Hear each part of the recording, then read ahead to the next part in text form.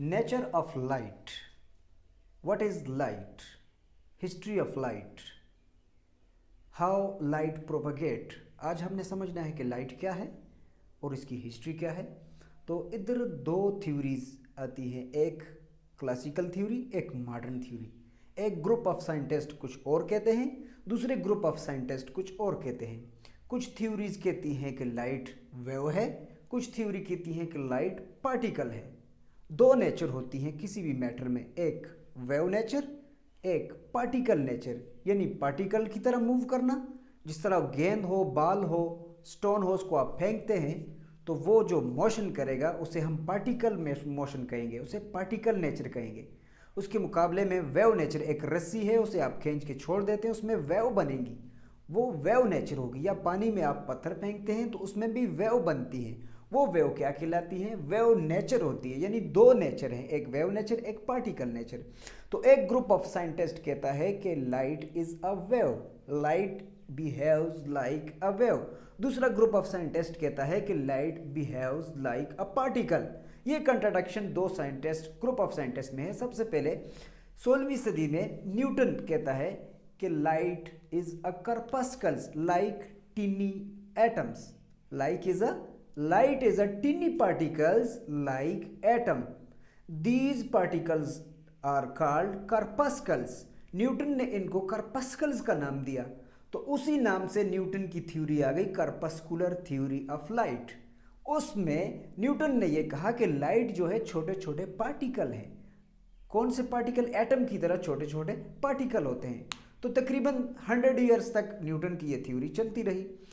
इसी दौरान एक दूसरा बंदा आ जाता है, दूसरा साइंटिस्ट आता है, वो कहता है हाइगन प्रिंसिपल, वो अपना प्रिंसिपल पेश करता है। हाइगन कहता है कि light is a wave, light is a wave. उसने कहा कि लाइट पार्टिकल नहीं है, लाइट क्या है, वेव है। तो वेव नेचर के लिए वो इंटरफेरेंस पेश करता है। हाइगन अपना एक प्रिंसिपल पेश करता है जिसमें इंटरफेरेंस ऑफ वेव्स पेश करता है कि लाइट, वो डबल स्लिट एक्सपेरिमेंट भी आ जाता है, यंग डबल स्लिट एक्सपेरिमेंट भी आता है। वो भी कहता है कि लाइट क्या है, वेव नेचर शो करती है, पार्टिकल नेचर नहीं है। तो मैक्सवेल कहता है 1873 में, मैक्सवेल कहता है light is a highly frequency electromagnetic waves. Maxwell क्या कहता है? Light is a highly frequency electromagnetic waves. वो कहता है कि लाइट क्या है, इलेक्ट्रोमैग्नेटिक वेव्स हैं, ईएम वेव्स हैं। ये किस तरह प्रोपोगेट करती हैं? एक इलेक्ट्रिक फील्ड बनाती है, दूसरी मैग्नेटिक फील्ड, ये दो फील्ड बनाती हैं तो प्रोपोगेशन होती है जिससे लाइट बनती है।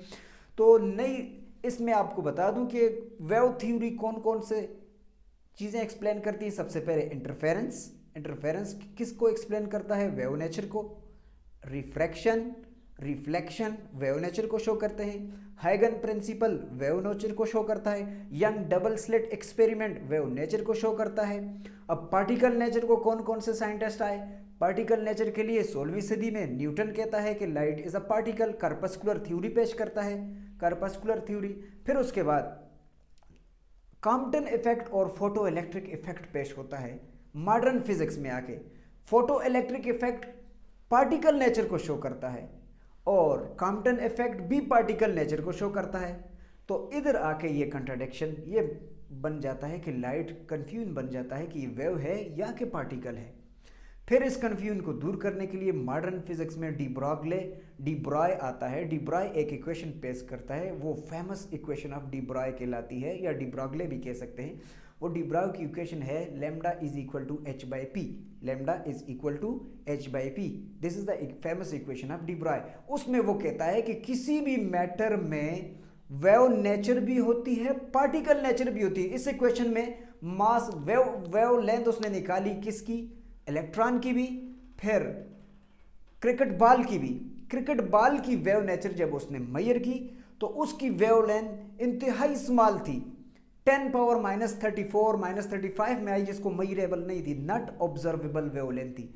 अब इलेक्ट्रॉन की निकाली तो उसका जो आंसर आया वेव लेंथ 10 पावर -10 में था। उसने कहा कि ये ऑब्जर्वेबल वेव लेंथ है। तो इसने कहा कि light behaves like dual nature.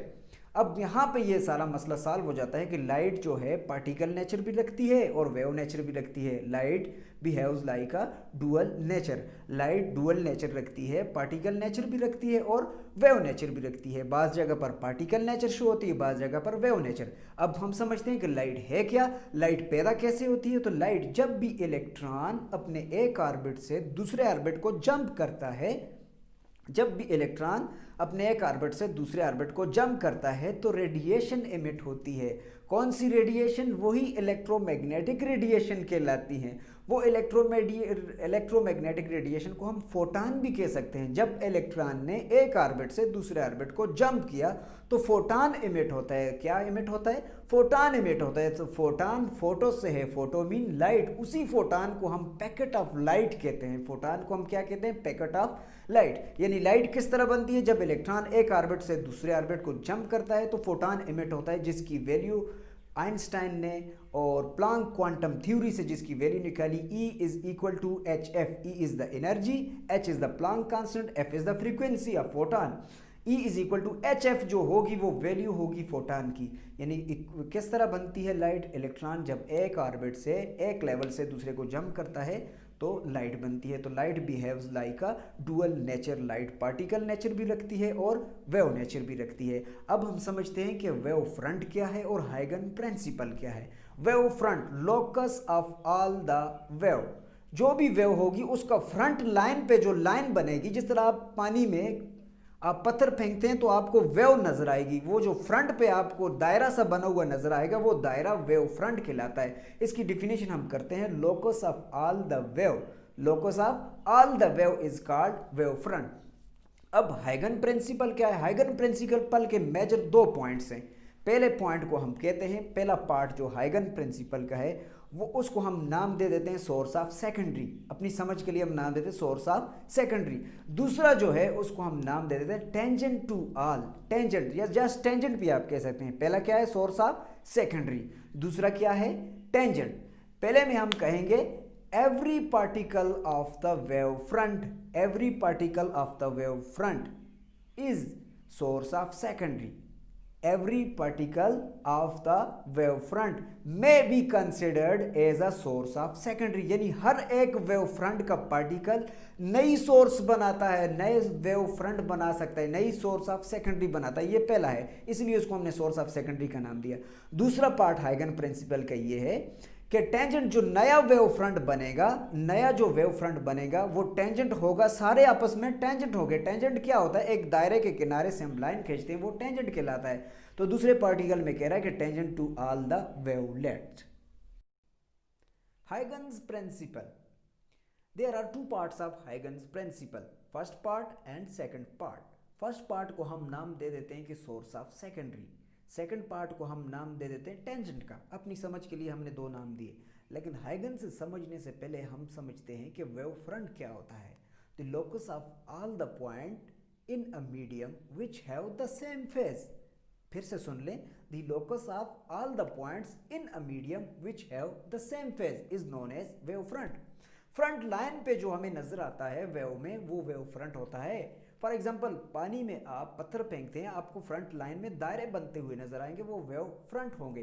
तो locus of all the points in a medium which have the same phase is known as wave front. There are 2 types of wave front, circular wave front and plane wave front. आप देख सकते हैं कि figure में आपको नजर आएगा कि एक सर्कुलर वेव फ्रंट बन रहा है। जब भी दायरे में जो वेव फ्रंट बनता है वो सर्कुलर वेव फ्रंट होता है। जो प्लेन वेव फ्रंट होता है स्ट्रेट लाइन में, वो प्लेन वेव फ्रंट कहलाता है। अब हम देखते हैं कि फर्स्ट पार्ट में हाइगन क्या कहता है।